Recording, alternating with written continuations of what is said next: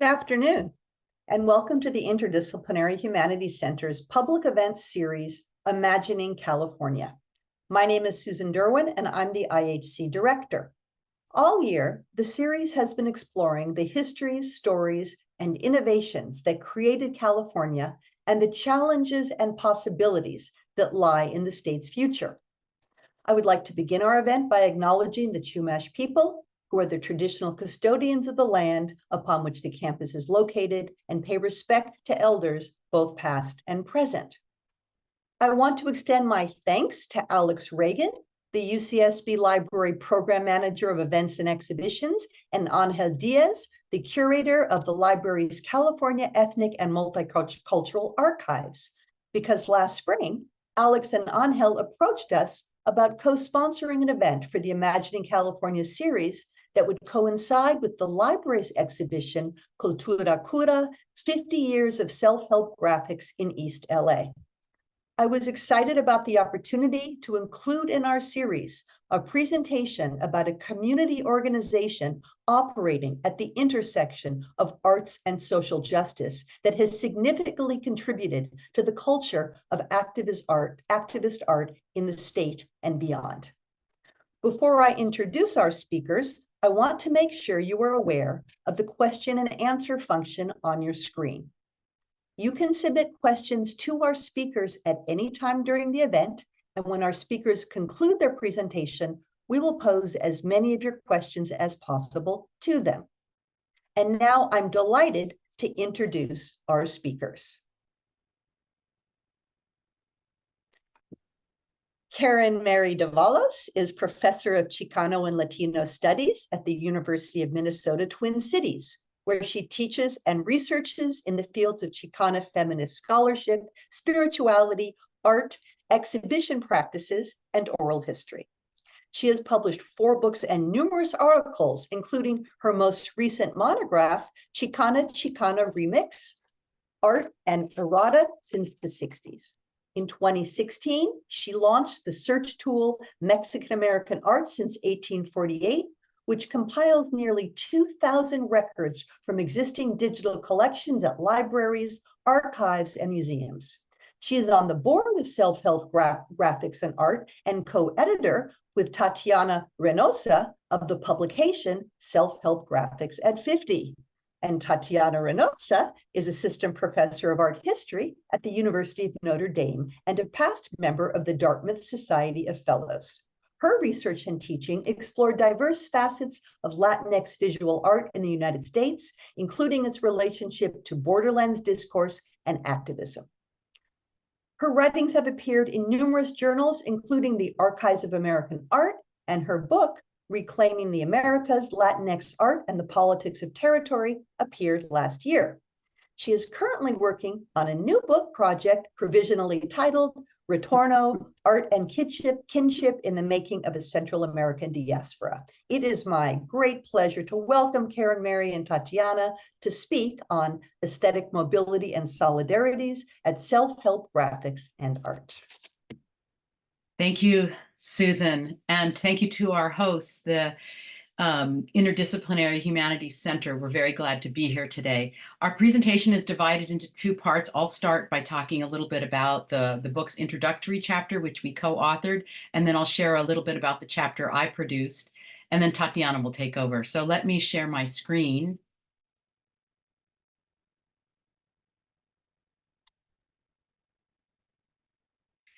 Formally incorporated in 1973, Self-Help Graphics is a legacy arts organization that emerged from and contributed to the Chicano movement in Los Angeles.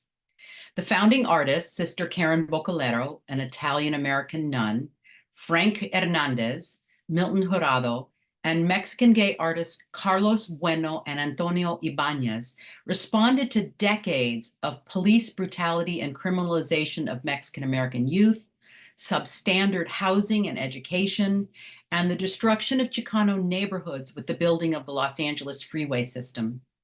These founding artists and those who later joined SHG embraced an international trend that foregrounded the role of the artists in collective insurgency. That is, Although cultural nationalist calls for a revolutionary art coalesced at self-help graphics, the artists were transformed by a growing transnational Latinidad, feminist activism, queer aesthetics and sensibilities, and cross-racial coalitions among artists of color. Following historian George Lipsitz, we argue that SHG draws, quote, their identity from their politics rather than drawing their politics from their identity, end quote. The inclusive stance means that artists such as Alex Donis, born in Chicago of Guatemalan parents, the island-born Puerto Rican artist Poli Marichal, and Delilah Paula Mendez, the first-generation queer artist of Guatemalan and Salvadoran background, to name just a few artists, not only identify with SHG as a space of belonging, but actively shaped the collective sensibilities.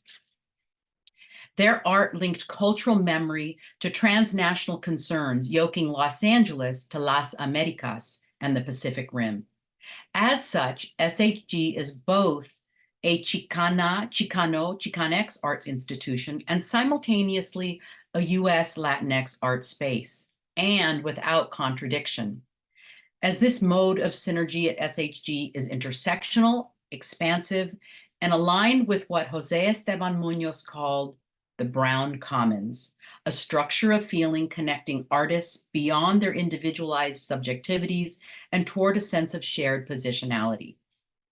It's important to note that our introduction historicizes the founding of SHG within two cultural phenomena that are rarely discussed in tandem: the emergence of social movements and the flourishing of printmaking in Southern California, as you see here in the books that have recently been published on those movements. The development of workshops such as Tamarind and Gemini Gel was essential for positioning Los Angeles as the cutting edge of contemporary art. However, the pressing social issues of the day were largely absent from the work being produced at mainstream print shops. Opening the field to new narratives of American graphic arts would require the development of creative spaces like SHG, which our anthology names as a crucial epicenter of American and hemispheric art production. For over 5 decades, this site of cultural production and collaboration, even with contestation, has raised the stakes of what it means to create art and community, what it means to educate artists and youth, while privileging social values and ethical practices not authorized by the art market or museum world. Self-help is an important incubator of modern and contemporary art with Latinx artists, including women and queer creatives, at the center of the printmaking process. Self-help has 4 signature programs: printmaking, exhibitions, art education, and the annual Dia de los Muertos commemoration. And I'm going to speak about 3 of those. As the self-help graphics community of artists grew, so did their needs to enhance their career development. The experimental screen print atelier program, launched in 1973, met the need by offering a professional residency, group critiques, exhibition opportunities, and a nascent market for the sale of the artist's works. SHG became the flagship print shop that catalyzed much of the current Latinx graphics arts movement. Sister Karen created In Our Remembrance, In Our Resurrection, an abstract image that you see here of a bird emerging from flames during one such early workshop.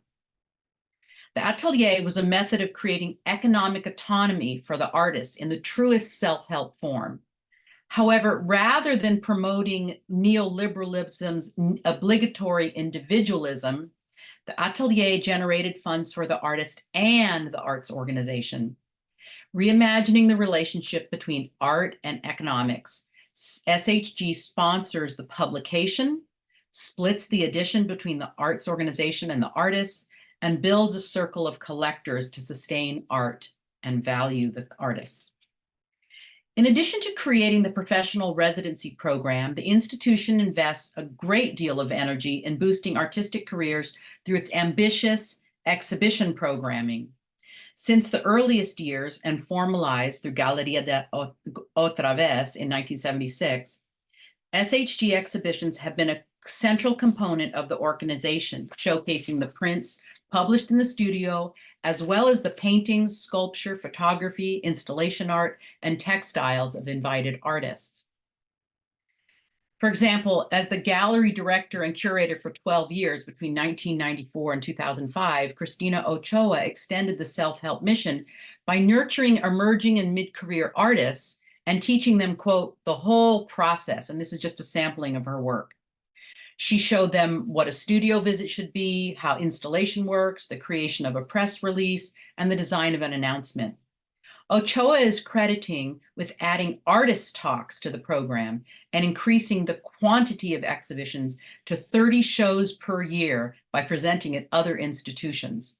She's also credited with bringing new artists to the arts institution, including Lara Aguilar, Raul Baltasar, and Sandro de la Losa, and many more, who would then take up and carry the torch during the major crises that followed after the death of Sister Karen in 1997. One of the most significant programs launched in the fall of 1972 prior to the organization's incorporation was the annual celebration for Dia de los Muertos.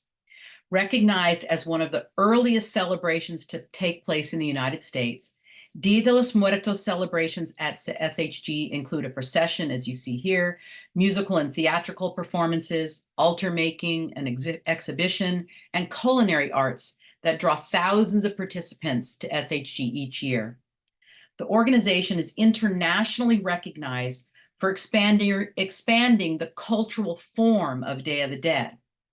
While it was previously practiced within families in Mexico, SHG inaugurated the celebration as a community-wide event taking place over a season, as Lara Medina and Gil Cadena have documented. We end our introductory chapter with an important clarification.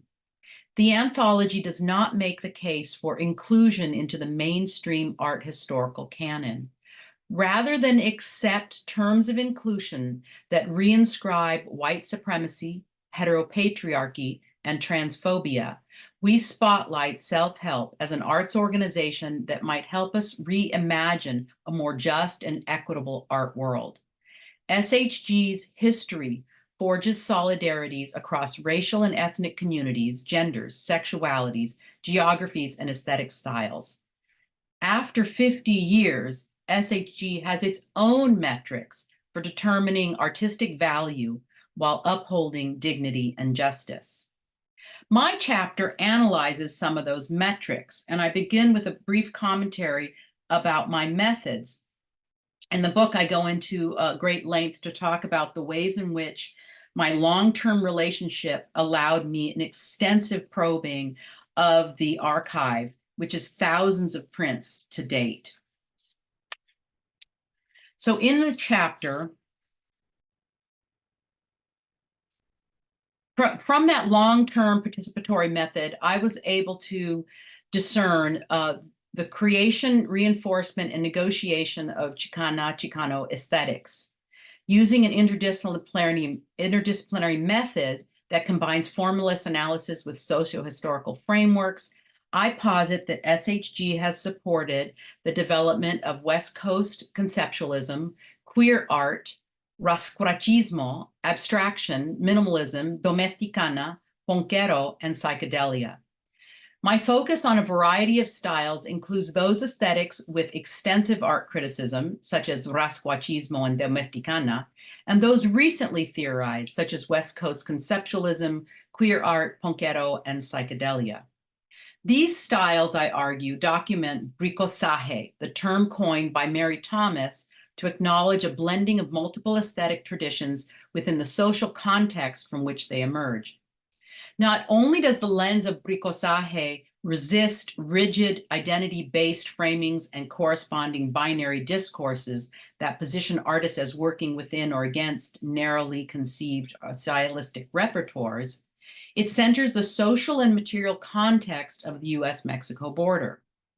Similar to Ella Diaz's documentation of aesthetic mobilities of Royal Chicano Air Force, and here I want to credit Ella for that phrase, aesthetic mobilities, Thomas provides a framework that acknowledges how SHG artists employ a multiplicity of aesthetics without reducing hybridity to pastiche, dabbling, co-optation, or assimilation. So in the chapter, I look at 5 prints to describe how they convey these 8 aesthetic styles. For instance, in that center image, I look at Emiliano Consuecos by Alfredo de Batuc, a Mexican-born artist who settled as a young man in Los Angeles during the 1970s. I look at how that image exemplifies West Coast conceptualism and queer aesthetics to bring forth a self-referential critique of the Chicano art scene.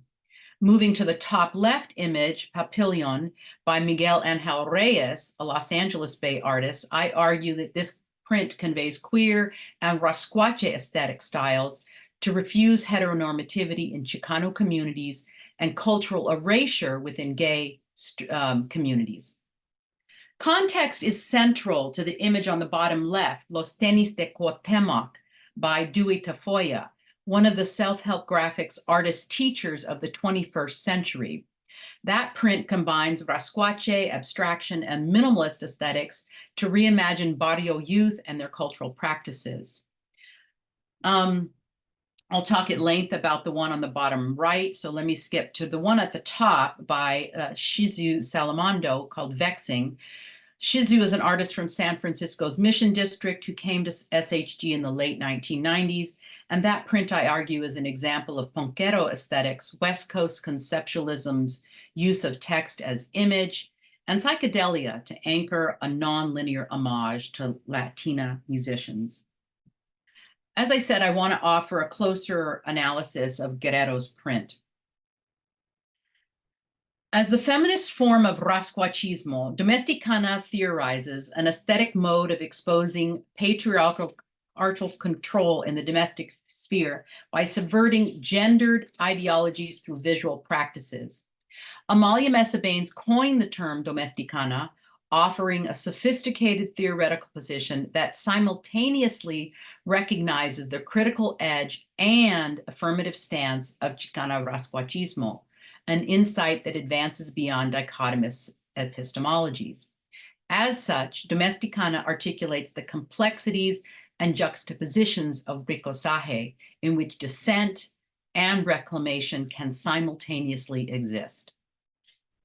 In Mujeres y Perros, the artist uses a pointillist technique that generated enthusiasm about her work at SHG and beyond. The serigraph shows a singular female nude on a bed leaning against large pink and reddish pillows. Her eyes are almost closed. Her left arm is propped on her forehead, and her right rests effortlessly at her side, with the palm facing upward and fingers gently flexed. In pointillist style, the dots create volumetric shading and depth so that the figure appears to lean her full weight into the pillows. In the background, an open window framed by gray shutters reveals a desert landscape and 2 red dogs howling at a rising moon or a setting sun. 3 saguaro cacti identify the cultural and spatial location of the print. The first word in the title, the print's title, mujeres, rather than the singular woman, mujer, directs the viewer to the larger critique of gendered norms and power dynamics. The print references the colloquial expression, hombres como perros, men are like dogs, which Guerrero recalls was used by her aunt when the 2 of them spoke about men. The howling dogs in the image are an allegory for heteronormative sexual pursuit, the ubiquity of male voyeurism, and the threat of masculine power. The print visualizes the catcalls and sexual violence that loom outside of women's private spaces. Yet, the female figure leans against the prop pillows with her eyes nearly closed and head turned away from the window, where the shutters, doubling as theater curtains, open to a stage on which women are depicted as objects of sexual desire and conquest, or I should say imagined. This figurative composition is similar to Western depictions of women, such as those seen on the screen. As in these classical references, Guerrero's portrait depicts a female in serenity, which is visually reinforced by the position of the body, her left arm, her slightly closed eyes, and then, of course, that stippling around the body itself, a softness reproduced in texture. Absorbed in her own thoughts, her awareness is elsewhere, not on the dogs, those hounding men. She has rejected their objectification. The print offers another world in which heteronormative sexual threat does not disturb feminist desires or visions. With a mixing of pointillism, classical female portraiture, and domesticana, the print does not illuminate the figure's thoughts. By concealing the figure's dreams and desires, the print reinforces Chicana empowerment, as elsewhere. In this social landscape, Chicanas control their sexuality and refuse heteronormative attention, approval, or gaze. They literally turn away from the injuries of heteropatriarchy. Simultaneously, the artist has not imagined a world separate from the one of masculine privilege or dominance. After all, the coloration of the print and the bed and the landscape is identical. We have blue fields and green stippling or purple stippling, which I suggest is a blurring of that private-public divide that animates heteropatriarchal politics. The similar colors, therefore, suggest a fundamental aspect of domesticana. The seeds of Chicana empowerment are found within Chicana cultural heritage. Guerrero then values and troubles our cultural heritage, enacting the intersecting complexities of bricolage. The print illuminates why bricolage is a fundamental tool for understanding SHG's aesthetic contributions to art, Chicano art. Bricolage sustains Chicano art through two critical methods. First, it assumes that Chicano art engages a variety of styles without dismissal of the category. And second, it explores how artists engage the context from which these styles emerge. When art historians claim that, quote, the label of Chicana and Chicano art is too limiting or unruly, end quote, they reconfirm post-identity myths that suit neoliberal ends. Challenging this trend, I argue that the rich and complex SHG archives requires a lens such as bricolage that can account for the observation that art is informed by the place and time from which it comes. Nothing special here, but when theorizing Chicana, Chicano, and Chicanx art, the tendency has been to assume it's of one moment, the Chicano movement, and a singular and unchanging identity, even though feminists of color have theorized intersectionality since the 1980s. This tendency ignores the complexities and contradictions and the refusal to signify. Bricolage reminds us not to turn away from the material context from which cultural production emerges, but neither to assume its form and meaning. With 5 decades of artistry, we should anticipate complexity and variety across the self-help graphics visual record. Thank you, and now I turn over my presentation to my colleague, Tatiana. Thank you so much, Karen Mary. I'm going to go ahead and share my screen now.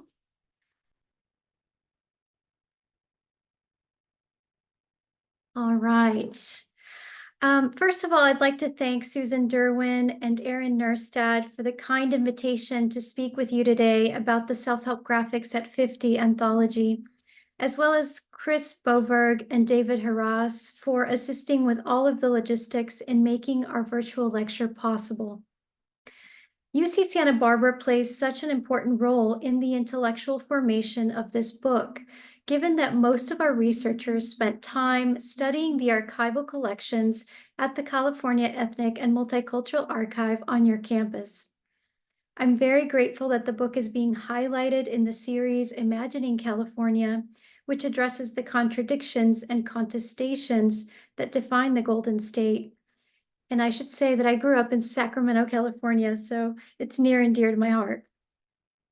When I read the description of the series that Susan shared with us, I was reminded of this quote by curator Howard Fox of the LA County Museum, where he says, "California, especially the inchoate megalopolis of Southern California, with its ever-mutating mosaic of territories and neighborhoods, and its polyglot cultural mixture, may be, for better or worse, a model of the world to come."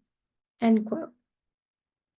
We can view that in two ways: as a dystopian prediction about the state's role in the rise of US xenophobic discourse, the exceedingly greater gap between rich and poor, and the unwillingness to address the root causes of acute poverty and homelessness.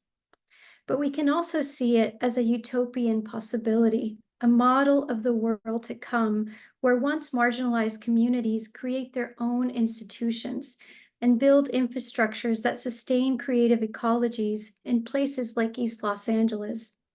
That is precisely the story of self-help graphics, and I am convinced it could not have happened anywhere else except for California.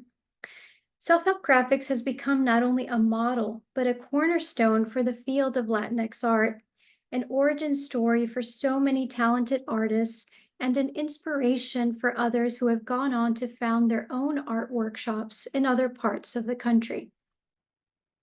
My task today is to tell you a bit more about some of the essays featured in the book and to show you how the contributors emphasize cross-cultural, feminist, and queer perspectives in the artistic production of self-help graphics. While it has been a mainstay for 5 decades, and many folks think they know the story of the organization, our contributors dove deep into the archive and unearthed some fascinating materials that provide a much more complex history.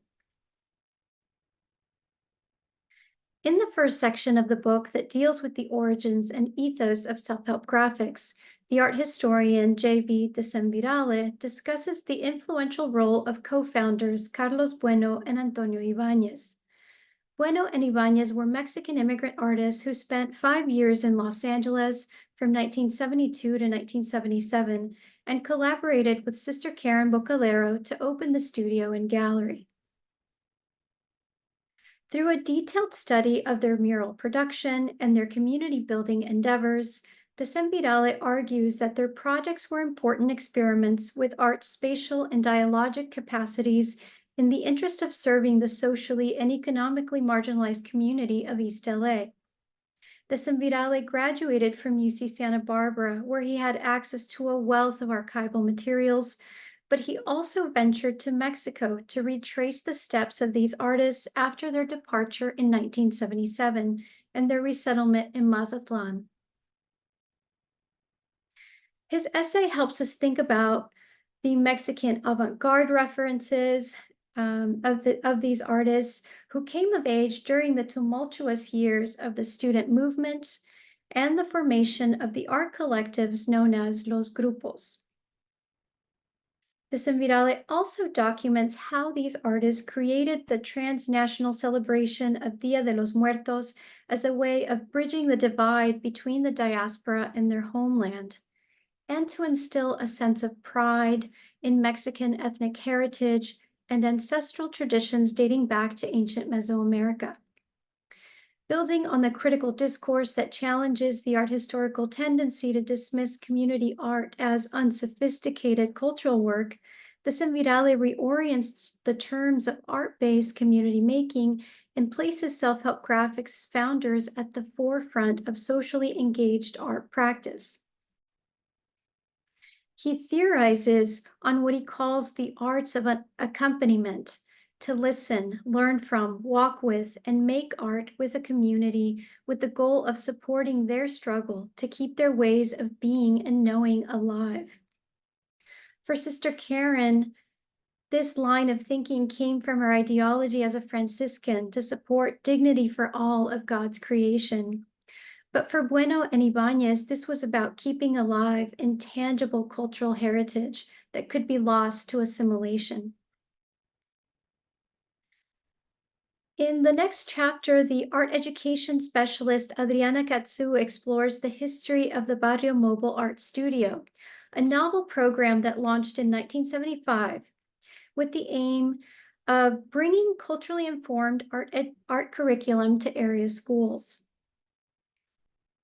Katsu describes the significance of this program in training artist teachers to fill a void in educational settings that did not value Mexican, Chicanx, or Latinx cultures, and to provide customized art lessons and innovative curriculum. In their retrofitted UPS van that included painting, printmaking, and photography equipment and supplies, these artists left a lasting legacy in the community. Katsu discusses the impact of the program through archival documents that highlight the way it shaped a sense of identity for the children, the attitudes and sensibilities of teachers and school administrators, but also how it instilled a commitment to service for self-help graphic artists who participated. And some of you may know that this program was actually relaunched in 2014 under the leadership of Dewey Tafoya and continues to serve the region. In the third chapter, the art historian Mary Thomas argues that the self-help graphics emerged as a locus of creative exchange between Chicana, Chicano, African American, and Asian American communities. This is significant because the organization has often been mislabeled as insular and only serving the local Chicano community. Thomas reflects on the multi-ethnic history of Boyle Heights as a vibrant immigrant enclave where Sister Karen grew up. She likewise considers the social conditions and injustices that led to a history of race riots such as Watts and the 1992 LA Uprising, and how these events forged artistic and political coalitions during and after the Civil Rights Movement. Her essay examines prints created at Self-Help Graphics by African-American artists such as Alonzo Davis, Noni Olabisi, and Mark Stephen Greenfield. She also considers the visual political solidarity during the pandemic that began in 2020.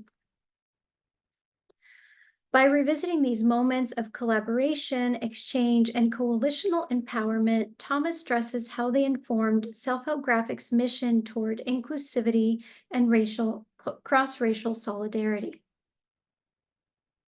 The second section of the book looks to historicize the professional printmaking program.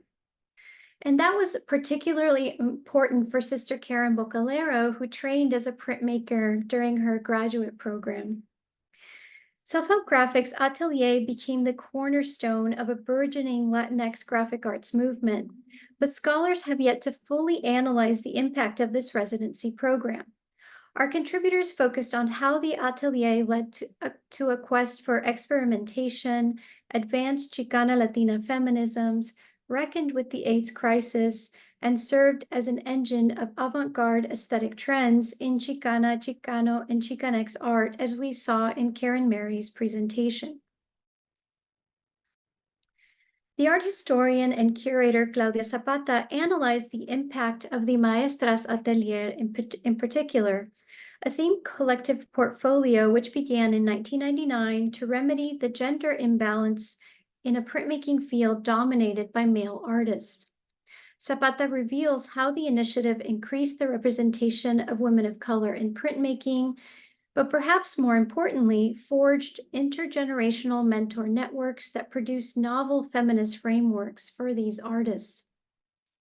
Through archival research and interviews with many of the original Maestras artists, including curator Irene Cervantes, whose image I just showed, Zapata explores the artist's quest for a radical female lineage, one that returned to historical figures such as 17th century nun Sor Juana Inés de la Cruz, and contemporary ones like Barbara Carrasco's tribute to Dolores Huerta, the co-founder of the United Farm Worker Movement.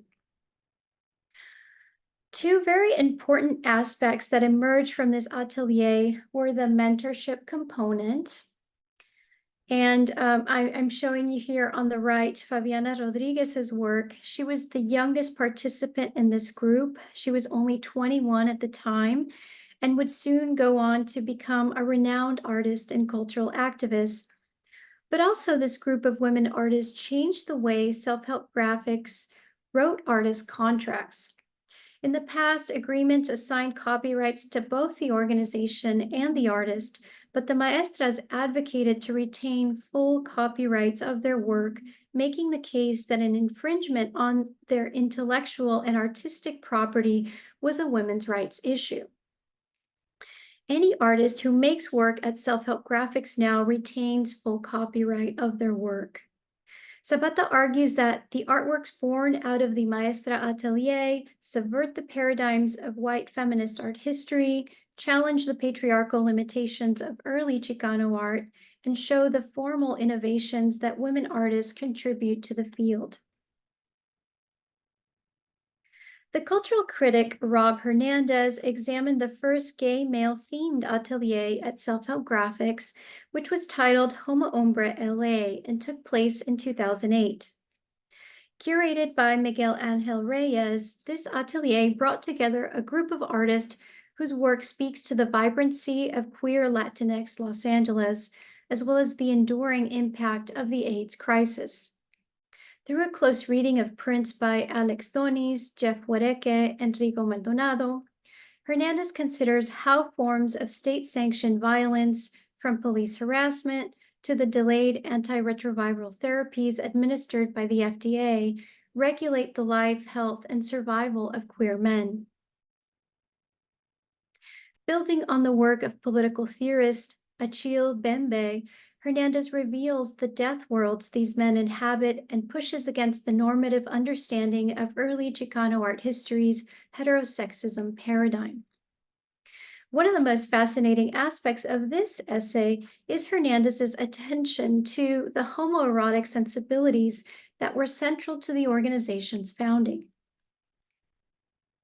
Carlos Bueno and Antonio Ibanez were a romantic artist duo. They were not out of the closet in the 1970s during a time of compulsory heterosexism, and the organization obviously had close ties to the Catholic Church. Hernandez analyzes their collaborative prints signed jointly as Ibanez and Bueno that explored a proto-queer aesthetic. These early experiments in the workshop would go on to influence artists such as Joey Terrell and contemporary groups like the Maricon Collective. The final section of the book looks to historicize the national, transnational, and international impact of self-help graphics. Contributors ask broad questions.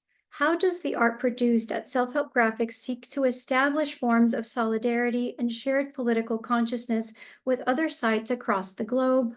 How does it contribute to new diasporic formations in Los Angeles?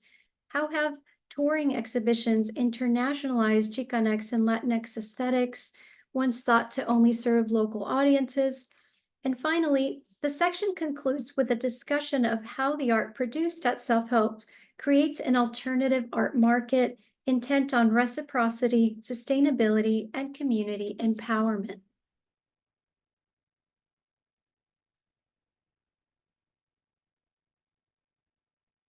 The art historian Kenzie Cornejo reframes the first 2 decades of self-help graphics, the 70s and 80s, as coinciding with the increase of U.S. interventions in Central America.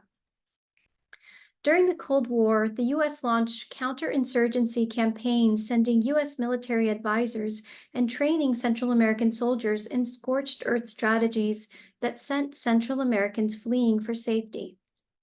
In a long overdue discussion of Central American history at Self-Help Graphics, Cornejo examines how Los Angeles became a primary site for refuge and how this new demography altered the dominant focus on the Chicano community into a larger pan-ethnic view of Latinidad.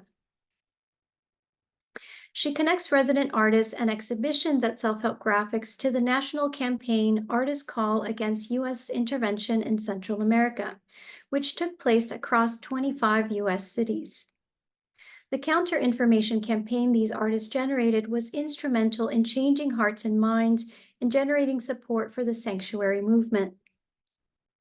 Cornejo documents the solidarity tourism that encouraged self-help graphic artists to travel to Nicaragua to witness firsthand the revolution and create murals alongside comrades, an experience that left an indelible mark for Bárbara Carrasco, Irene Cervantes, and Kathy Gallegos. And the reason I love this essay so much is that Cornejo theorizes on the politics of camaraderie and the ethics of radical compassion that developed out of these experiences for self-help graphics artists. This is what made it possible for a young Guatemalan like Alex Donis to receive mentorship by Chicana artists Patsy Valdez and Oscar Eduardo, or for the leadership opportunities afforded to the Salvadoran American Dalila Paola Mendez to lead the first queer Latina atelier in 2015. By unearthing these chronicles of the Central American diaspora, Cornejo is able to reveal the politics of care that flourished between desperate groups who became united in a struggle against imperialism, xenophobia, and racism. The art historian Olga Herrera likewise expands on the international dimensions of self-help graphics at the height of globalization in the 1990s.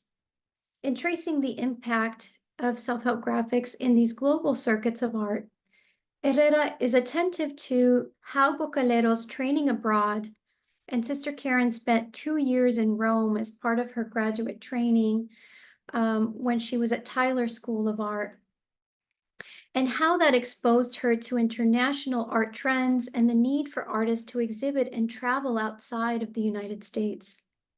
Errata revisits the history of Sister Karen's curatorial project, Chicano Expressions, Serigraphs from the Collection of Self-Help Graphics, which took place in 1993, an exhibition that brought Chicana and Chicano art to audiences in post-colonial Africa in the wake of decolonization movements, and European audiences reckoning with the 500-year anniversary of contact with the Americas.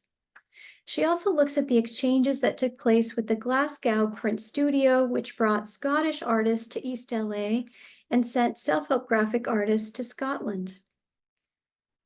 Among the most significant finds, Herrera recounts how the artists Ofelia Esparza, Margaret Sosa, and Yolanda Gonzalez helped to orchestrate the first Day of the Dead celebration in Glasgow. Through these examples, Herrera makes the case for positioning self-help graphics at the forefront of internationalizing Chicana and Chicano art. The edited volume concludes with an interview with anthropologist and Latinx studies scholar Arlene Davila, where she underscores how creative spaces like self-help graphics create infrastructures of value for Latinx artists.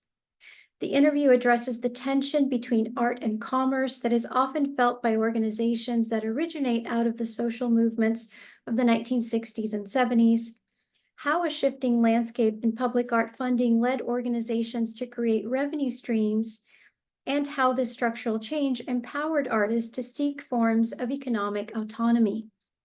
Davila outlined some of the key interventions that self-help graphics established in order to create and increase value, particularly in the field of printmaking, but she likewise hints at the future work that lies ahead for the organization and the larger ecosystem to foster sustainability and a more equitable art world.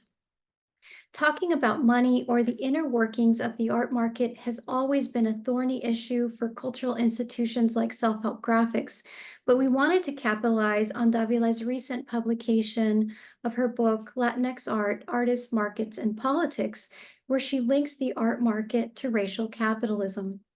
The dialogue is very insightful in showing that community-based institutions can create infrastructures of value that operate in ways that can empower artists of color and uplift communities, but also that we as consumers, stewards, and advocates can play a role in sustaining these creative economies. Finally, I want to conclude my presentation by talking about what it's like to teach with this book. I had a chance to incorporate the anthology in my Latinx Art and Activism seminar last semester. Since I'm based at the University of Notre Dame, most of our students are very attentive to social concerns and the principles of Catholic social teaching. So they were very excited to learn about Sister Karen, this radical nun and artist who, in the most Franciscan fashion, dedicated her life to serving this community and uplifting the voices of artists. I'm incredibly fortunate to have a collection of self-help graphics prints at our university museum, which were gifted by Dr. Gilbert Cardenas, the founding director of the Institute for Latino Studies at Notre Dame. When it came time to talking about the professional printmaking program, it was such a delight to be able to take the students to see the work in person and use it to develop their skills in visual analysis. My students were especially excited about how the essays generated a rich matrix of questions, debates, and critical insights. Students in art history are eager to learn about art and epistemologies outside of the traditional Western canon, and to think through issues that are affecting their lives today. The way our contributors highlighted the cross-cultural feminist and queer perspectives of self-help graphics artists had a direct influence in how many of them began to construe their own research questions and formulating original arguments on baño art, Afro-Latinidad, Latinx masculinities, and the aesthetics of Chola culture. I would highly recommend the course adoption for those of you teaching contemporary art, Latinx art, ethnic studies, gender studies, American studies, and even for my colleagues in Art Studio. I am very grateful for your time, and I look forward to our conversation during the Q&A.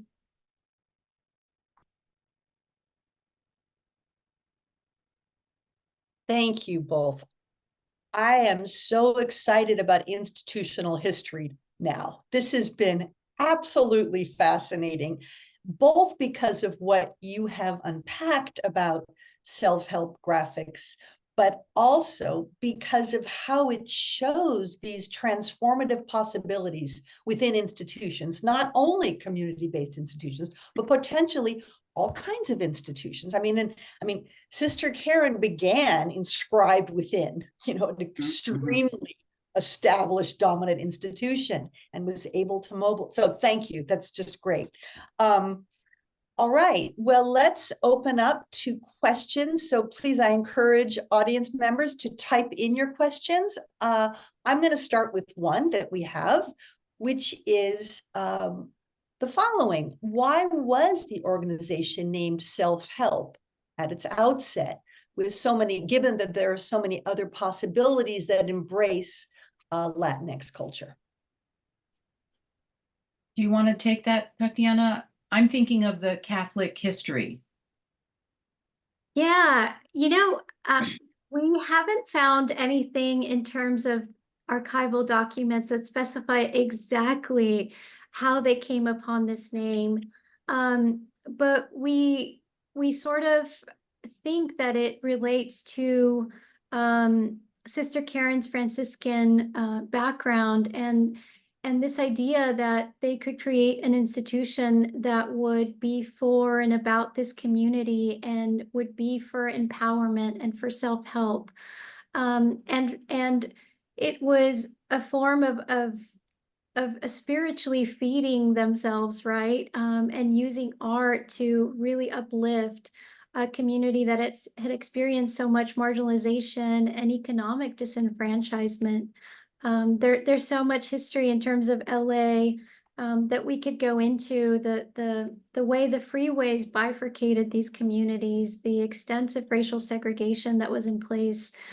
But here was this group of artists and Franciscans saying, no, we could use art to really rebuild. That makes sense to me. I mean, also the notion of self-empowerment, which is a tradition that continues in the church in Los Angeles today with their restorative justice programs, et cetera, that are all about that sort of agentification in community of individuals. So, all right. Tatiana, question for you. Who was it, and it was quoted in which of your book's chapters, that spoke about, the art of accompaniment? The art of accompaniment. Yeah, that was in JV Decemvirales, chapter 1 of the book. And he's building on some work that's happened in American studies. I believe I remember George Lipsitz being one of the folks he's quoting, thinking about music and improvisation, but also linking it to the religious order and this idea that nuns after the Vatican II were really called to go out in the community. This was the first time, right? Because nuns, for the most part in history, had been kept closed off in these convents. And here they were in the 60s, called out to go do this community and be of service and serve the poor. And so that's what helped Decemvirale kind of formulate and theorize on this concept. So can you bring us up to speed with about what's happening today with the organization? Sure. There's a lot, so I'll try to be brief. In 2018, we purchased the building. And then with our successful capital campaign, we paid off the mortgage. So we own it outright in 2022. And that makes us the 5th or 6th Latinx arts organization in the country to own their building outright. And I don't think there's many other that are even in the process of paying off a mortgage. We also had our first successful planned leadership transition. And this is pretty amazing. We lose Sister Karen to, I think it's a sudden heart attack in 97. And then we have in 2005, a dramatic funding event that closes the doors briefly. And so there's only, prior to 2022, our history with leadership transition was very abrupt, just to put it bluntly.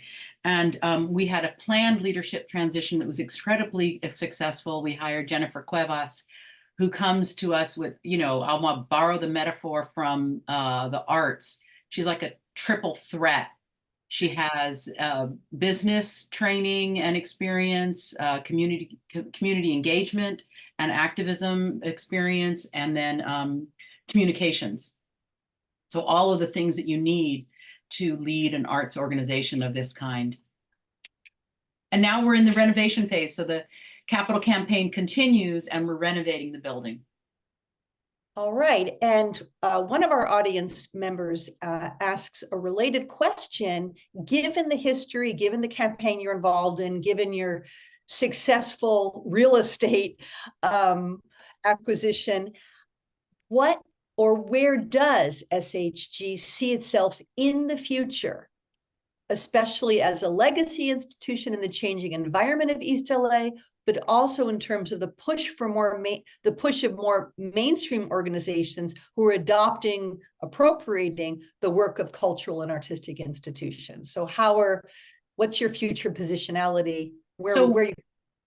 Yeah, excellent question. Susan, we when we went to hire and did the planning to hire a new executive director, we deliberately said to each other on the board, we're not trying to become LACMA. We're not trying to become a mainstream institution. So they might be copying us, but we're not trying to engage with that mainstream. And that's why the book, I think, takes the same strategy that our introduction. We're not trying to copy the mainstream. We don't think that that's a successful model. We also are engaging at Self-Help in how to build the field of printmakers. And I could probably allow Tatiana to talk even more about that because her book has a national perspective on the need for generating more master printers. So we've been doing that since 2016, a biennial summit for printmakers.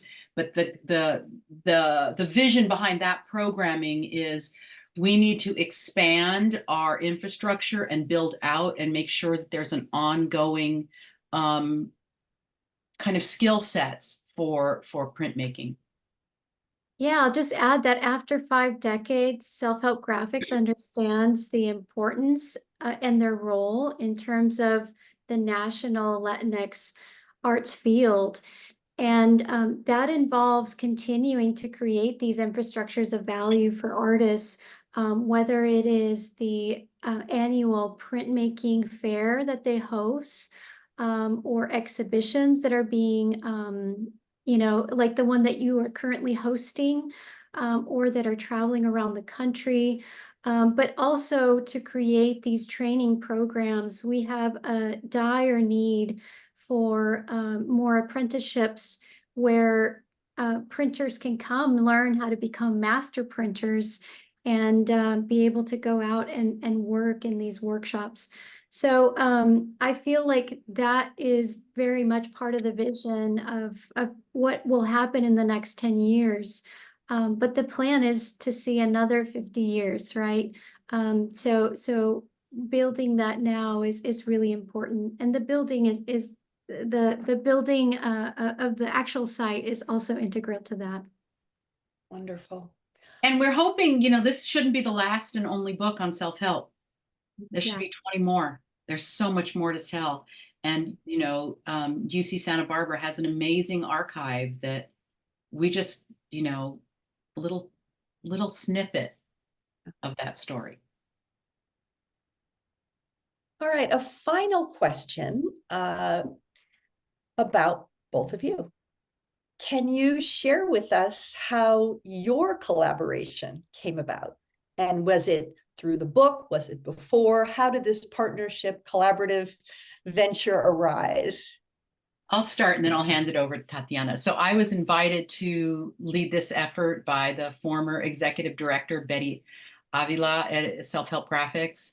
And I said right away that I need a print expert. And so I turned to Tatiana, and then she did some amazing things. So Tatiana, you want to talk a little bit about that? Well, I still remember being a postdoc at Dartmouth College when I got this call from a senior colleague in the field. And Karen Mary saying, I'd like for you and I to collaborate on this book. We are 5 years out from the 50th anniversary. Can we make this happen? And I knew that she knew the LA Chicanx art scene like the palm of her hand, because that has been foundational to all of the work she's done. And that I had the printmaking background that could help highlight the art that's been produced there, because so much of what we had before was really about saying organizational history, and we wanted to highlight the art because the art is so incredible that came out of this place. So based on that, we began a call for papers. We invited particular scholars in the field who have a specialization, and we came up with this really incredible group. And I'm so proud of the book, and I'm so grateful to all the contributors who devoted so much time and who were so generous in providing each other feedback. And sharing resources and,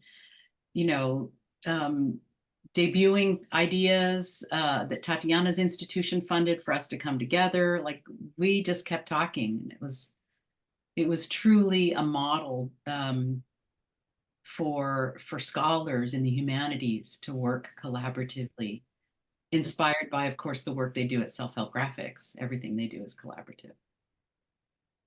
Well, that is so true. And I hope to see more fruits of your collaboration. I want to thank you both for an utterly illuminating and wonderful talk. And also thank you, audience members, for attending. Please fill out the post-event survey. It's only going to take a minute before you leave. You can provide feedback on the event. You can sign up for our mailing list to receive information about our upcoming events. And I wish you all a wonderful afternoon. Goodbye.